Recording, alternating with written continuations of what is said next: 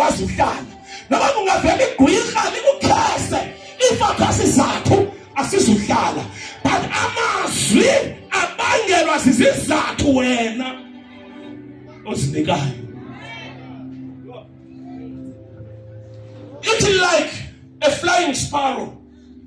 Ithone njengenkonjane endizayo intaka ikhangela umthenga hlala ithi sinjalo isiqalekiso esingenasizathu. Ngamanye amagama abantu abaninzi abahambi neziqalekiso ezisempilweni but babhajelwa ziziqalekiso phezu kwempilo yabo ezilinde wenza impazamo. Sinamathele because wena usinika ntoni isizathu ndiyayenza isense. Na uJoshua uyema uthi asisixeko iJericho umuntu uyakusakha at the cost of his firstborn. Esakha indonga zazo asakhe at the cost of his the last one amasango.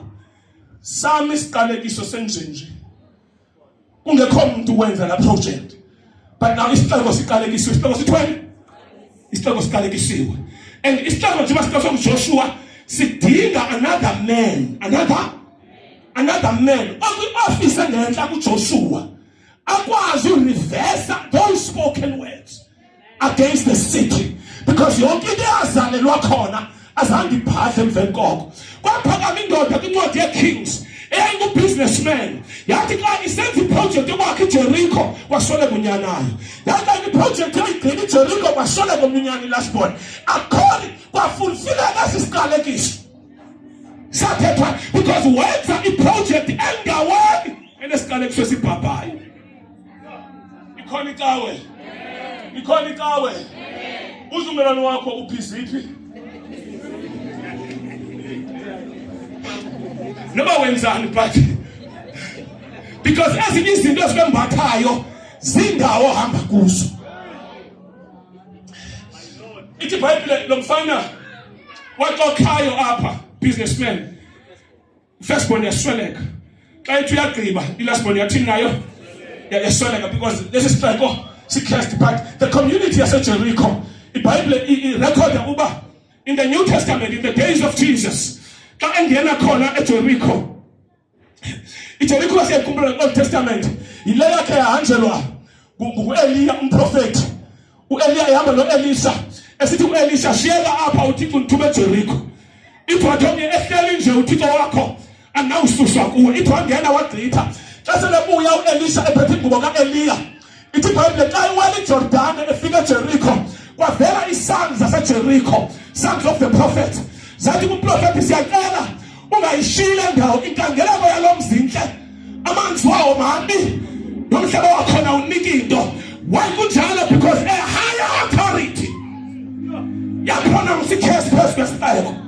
So after pronouncing that case imoya khona yajika. Namhlanje bazalwane ndifuna ukusho ukuthi some of us are victims ze-background abaphuma kuzo. Ezinye sengxaki esikuzo azibangelwanga sithi but zibangelwa yiminombo esiphuma kuyo, zibangelwa ngamakhaya esiphuma kubo, zibangelwa ngabantu esiyazanxulumanisa nabo. Ikhona ikawe kawuthi amen. Andizicela phi ngeke ndabona kwenye indawo uselwa hayi uphethe isavani uyentelela li-80 but uthi wena lophandle uyathi iyayantelela and kuya lento it's natural because yenzeka apha ekhaya. So i-foundation lo mntana is becoming a victim and wena uzawufumanisa uba lo mkhuba uqalwa ngulo mntana mhlawumbe uqale una-20 years. Look at the age gap now. Yena ethi unangapi? Una 5'4". Sesaqala yena uqale and uzakhula. Lento uzawukhula ilapha kuye eyifunde ebazalini. Because abanye babantu abalapha ngamathoba zii-victims ze-background. Ufumanisa uba ukhulela kwi-background engena order. uzama i-order awunandawo apho ukopekho. Yonke into kufuneka uzenzele. Yonke into kufuneka uthini? Ukhona i-background apho i-education ijongelwe phansi. Akukho mntu wakhe wafika nje kwa-standard 7. I don't know about which grade is standard 7. Grade 1. Grade 9. Akukho mntu wakhe wafika nje kwa-grade 9. Wonke umuntu uphela ngezantsi. Xa ufika wena ugqobhoza ku-grade 9, usathane uyavala. Because kukho amazwi awathetha kule family. Wathi kwa-grade 9 akuphunyelwa. Kuzawufuneka uthwale igrace phezu kwempilo yakho. Into ezawuthi sangena apho kuthiwa kungenwa khona. Saphuma apho. Sizokwenza loo nto namhlanje. Sizodiliza amadonga. Sizoqala imida. Sizoqophozela. Despite of your background, despite of indawo aphuma kuyo, despite of ifemeli aphuma kuyo, ayikhathali i-foundation ithini, kodwa sizathi never ngasiphiwe.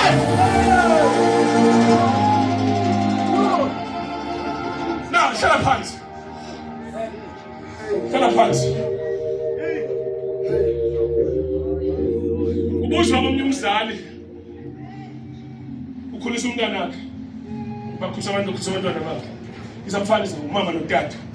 Kuthiwa bathandazela. Lo mntwana apha kuni kasafuze bani. Utata ujonga umama. Umama ujonga utata. Umama uthi makafuze utata. Utata angama makafuze wena. Akekho already for ufuzwa imbewu yakhe. Because of the foundation.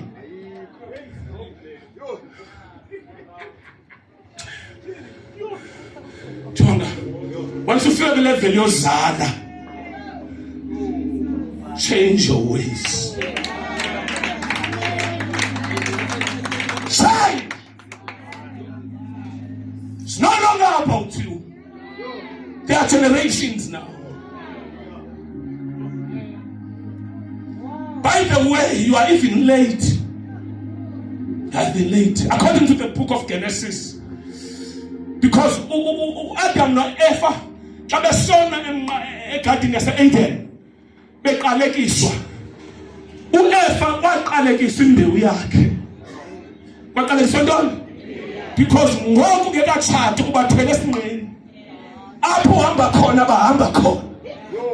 Imikhubo yenzayo uyenza ngabo. Kuzawuthi kufika ixesha uthi uzala phezu kwembewu. Yiyo le nto masithetha funeka sisikele lapha. Sawuthi masithi nembewu yakho. Yiyo le nto kunatshaya u-Abraham uthi ku-Abraham athi msikelela nembewu.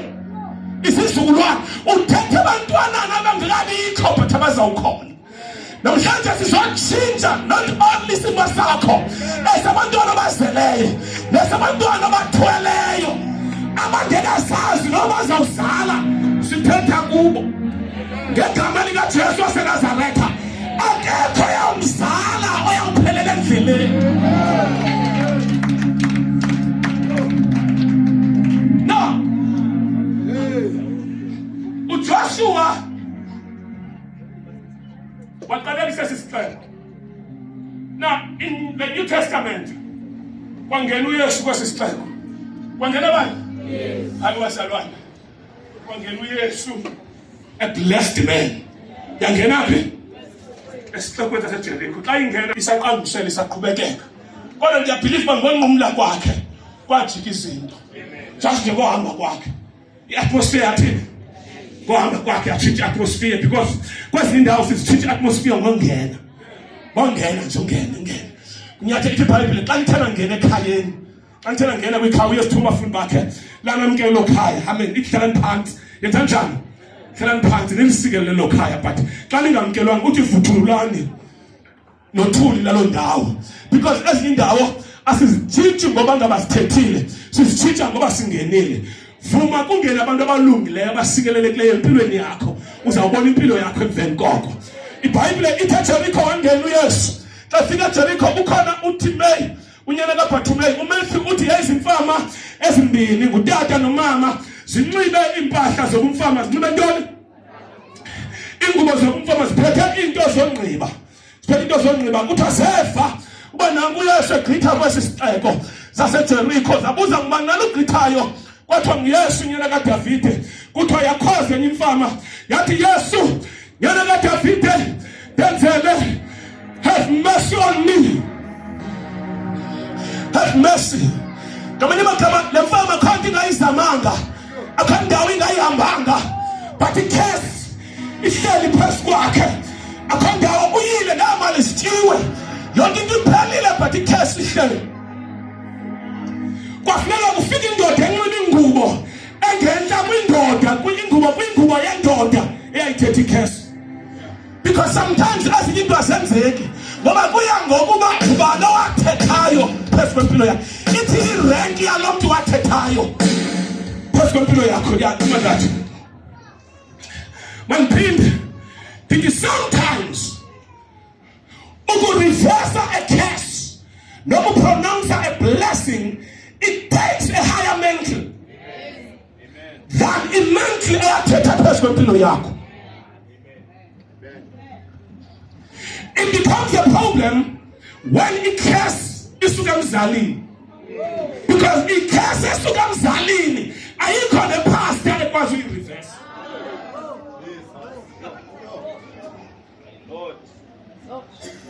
Because a parent jonga umzekelo zonke ndingaphumi kule nto ndiyithethayo. Incwadi Luke chapter 15, it tells the prodigal son.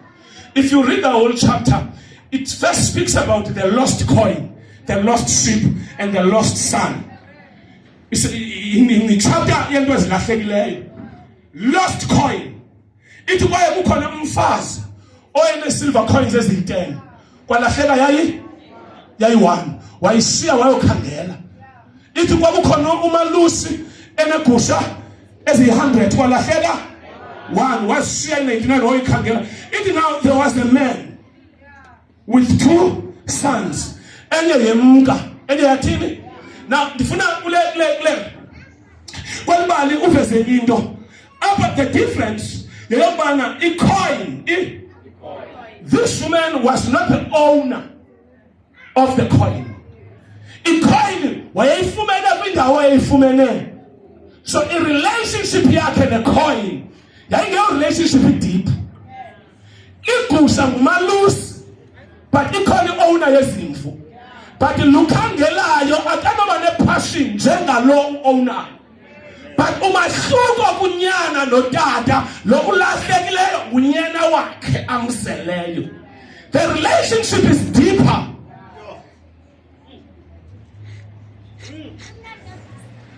Ngijongeni mameleni, angisashumayeleni kwa popular. Kudala ngashumayela banza cela inyani. Ndinganayo i-connection nawe. But the connection enayo nawe as your spiritual father, so the iyagqitha i-connection onayo ne-biological father.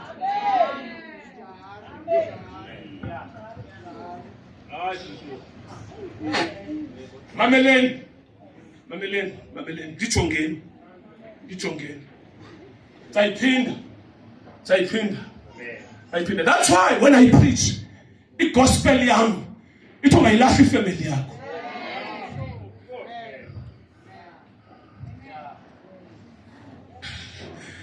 Ungayilahli ikawe, kodwa ungayilahli ifamily.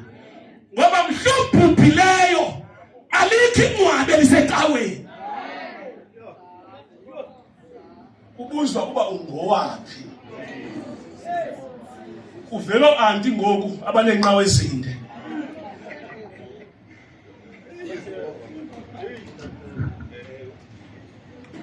Ngiyavakala. Bengcwaba kwenye igeme emthambile ithe, if you want to live longer, honor your mother and your father.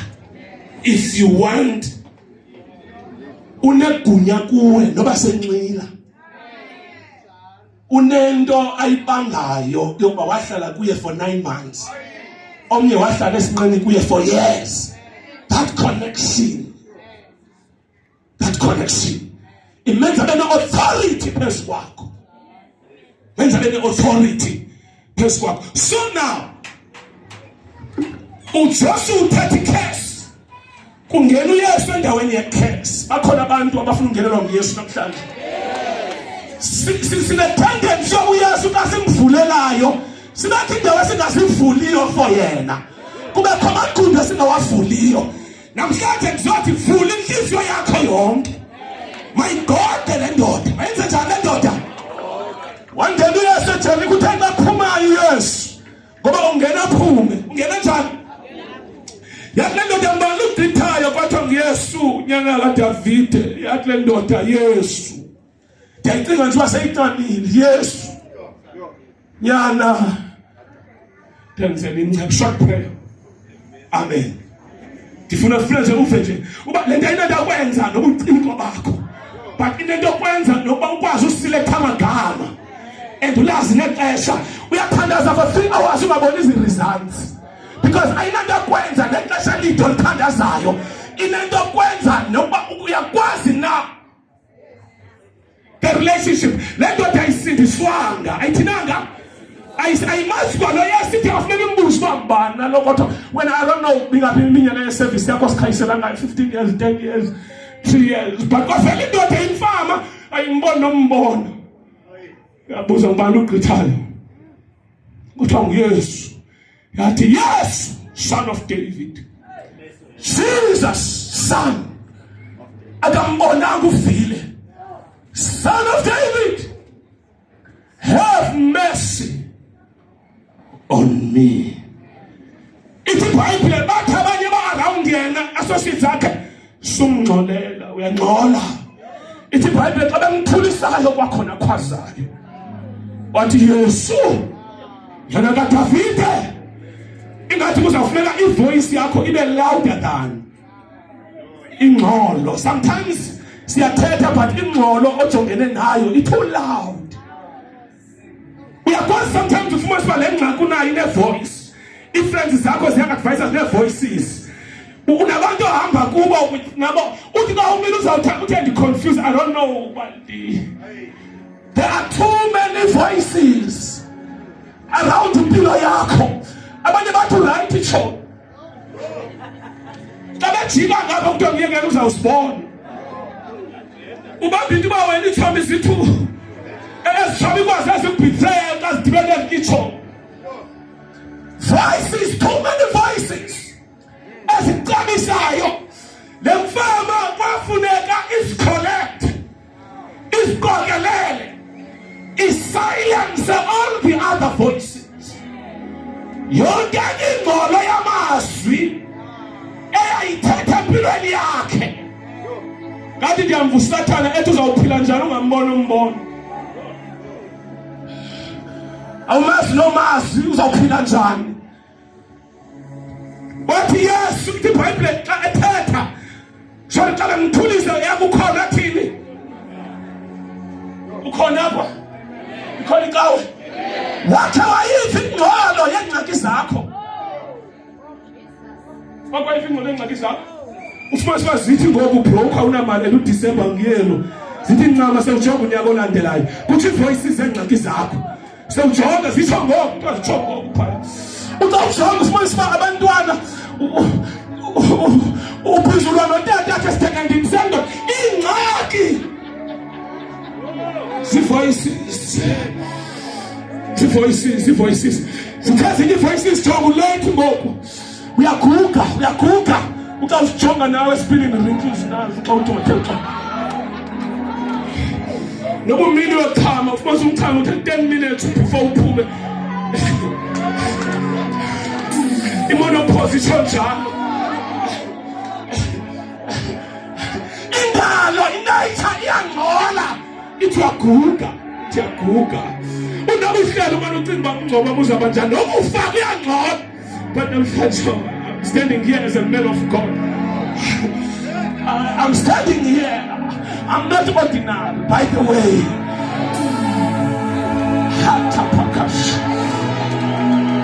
We silence voices. We speak to nature. Sithatha endaweni ilulame. Sithatha endaweni lokubizwa nazithulu bengalasi zakhe. Ubunzongo ukhwazo bunye inzulu. Sithatha endaweni. Kwathiwa kuMoses afika phezu kwe-Red Sea. Wathi u-Israyeli abasirayeli Moses bekungekho mangcwaba na eJiphutha. Le nto usithathileyo ngalothixo wakho nazo sibulalele enhlango. Bekungcono sifele eJiphutha. The noise was too much for Moses, and he went to God, and the Bible says behind them Israelites were coming. The Egyptians were coming. Ayesiza ngenqwelo labulwandle lundizwa lube ngqolo. Xa bejonge bacalela iintaka zintaba. Hopelessly wema Moses waya kuThixo. Wathi uThixo, Moses, ungaphazanyiswa ingqolo. Ndingu-Alpha, ndingu-Omega. Ndisisiqalo nesiphelo. Bonke abathembela kuma bayudaniswa. Endithe ndiyakwenza. Ndingumqali nomgqibelelisi wenu. Ndizawunithwala njengeempondo zenyathi. Wathi yithi kuSirayeli. Funuvala ngaloo ndawo. We are silencing all the voices. All the evil voices. Voices that are confusing you. We are silencing them now. Some of the voices is it you are aging. We are growing old. Namhlanje siyasivala, siyasithini namhlanje? Khona leqhawe. Ikhona leqhawe.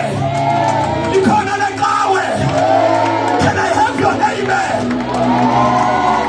Wathi kuye nathi message yithi kuSirayeli lamaJiphutha ndiwabonayo. Because ezinye zengxaki ziyabonakala. Ikhona iqhawe.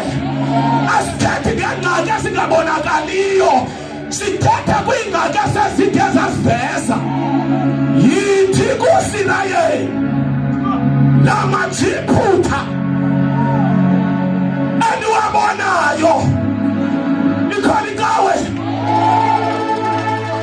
Aniphinde, anizuphinda.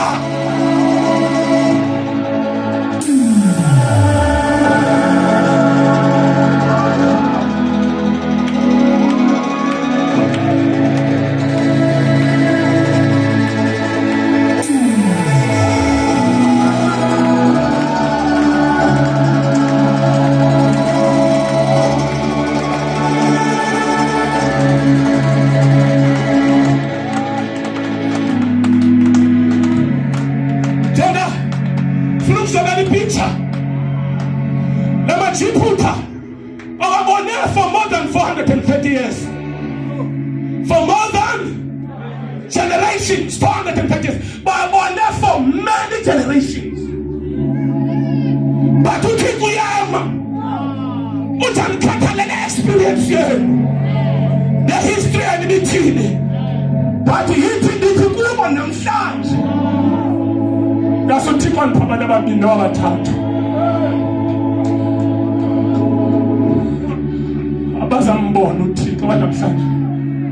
After this, yes,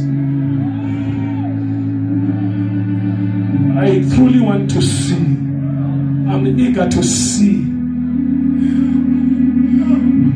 430 years. Kuvela uThixo ume phezu kwe-Red Sea. Ndifuna nijonge zintathu ii-challenges zabo. ngamaJiphutha back.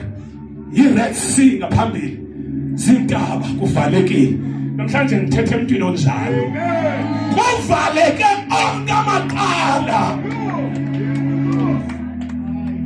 Valeke onke amaqala. Ngiphelelwe zii-options. nebephela uncede ababalekile, nebephela un-advise abangijikele kufa.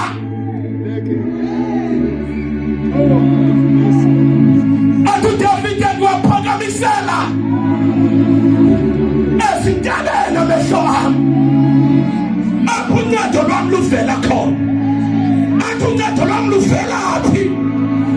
Uncedo lwami luvela kuye uYehova, umenzi wento zonke. Susa amehlo ebantwini namhlanje, susa amehlo komakazi bakho, susa amehlo komakhulu bakho, susa amehlo kwi-cousins zakho, susa amehlo kwi-colleagues zakho, susa amehlo kubahlobo bakho, susa amehlo kwabudala uhamba nabo. Phakamisa amehlo akho. Mercy, reroad my mercy, mercy.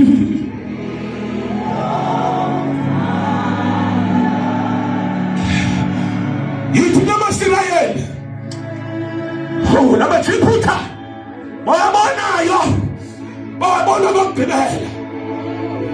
Oh, house of glory, namaJuda nowabonayo, nwabona kokugqibela. Wathi Moses, yintoni iphetheyo? Phethe umgila mikhuba wentonga. Wathi thatha intonga yakho uyikhombe elwandle, ubethe amanzi luzawuvuleka ulwandle.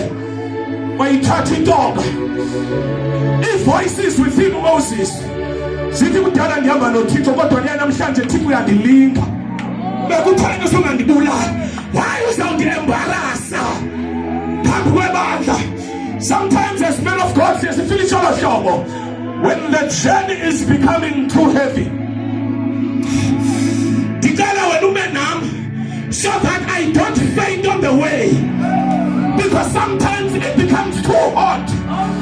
The heat becomes and the pressure too hot. When we are looking at impossibilities, amen, to think of those things that are impossible. With men they are possible. With Kosake Sathunywa Abraham usithi uzamitha usarehleka kodwa is there anything? Ingabe khona into engakumnqabela uYehova, my house of glory, akhathalala ubulwandle ojongene nalo. Sonke the-Egyptians usibonayo, I'll bring this born. Yes, I'm going to 2026, we are to figure early. 2026, we are coming even stronger. Silvina, 2025. You said totally this is come 2025. But we thank God that we are still alive. We thank God that we are still kicking. We thank God that we are still moving. This God is a great God. This God is able. He is a heavy champion and the champion of the universe. It is the long and the painful attack.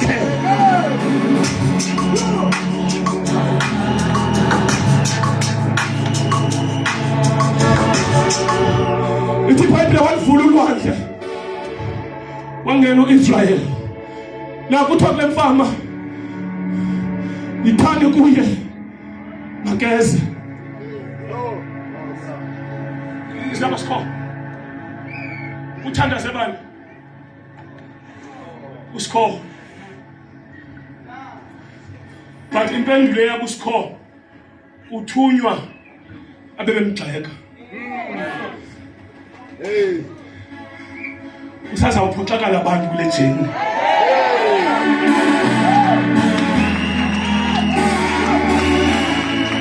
Usazawuphoxakala.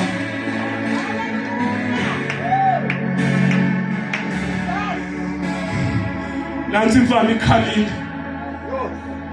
Bayamthulisa. Xa sele phendula uYesu. Ithi uYesu itshoni eze uyabona. Bathi mfethu siyaxolisa ngokuhleba, siyaxolisa ngokuthulisa. Ingathi lenkani yakho yengxolo ikusebenzele. Yomelela. And we're going to be strong for this last round. Bangapha bathi ndoyisakele kudala nisomelela. Bangapha bathi ndoyisakele kudala nizama. Bangapha bathi akusenawo nawothandaza. Akusenawo namanje othandaza, namanje onikela, namanje ohlabelela, namanje ogruva. Akusekho kwanto nje shekile. Balo lapho ngethela amandla. Namanje oseva. Namanje nanga olila khona ezinyembezi sinazo ziphelile.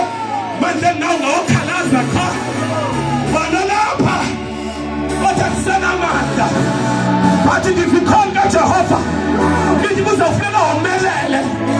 Because uyabizwa again. Yomelela.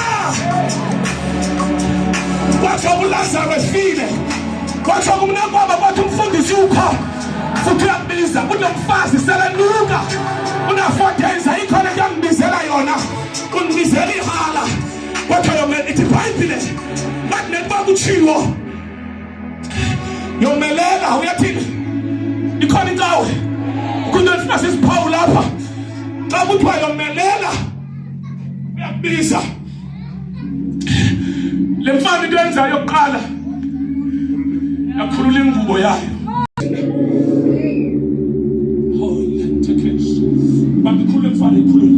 This is prophetic.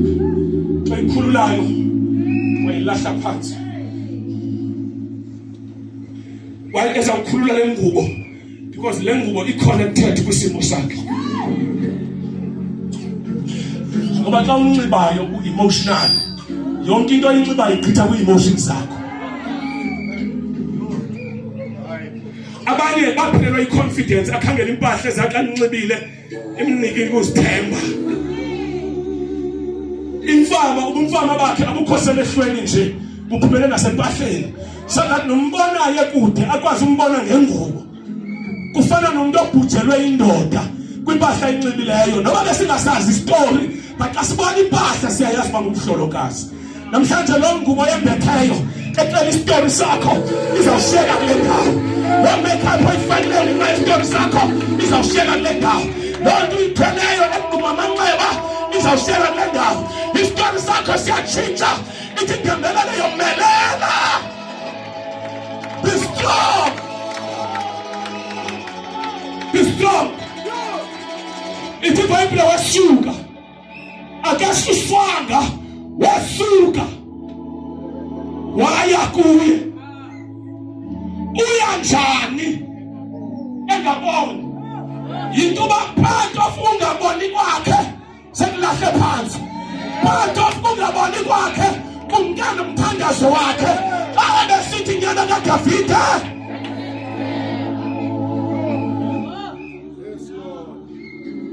Wesuka.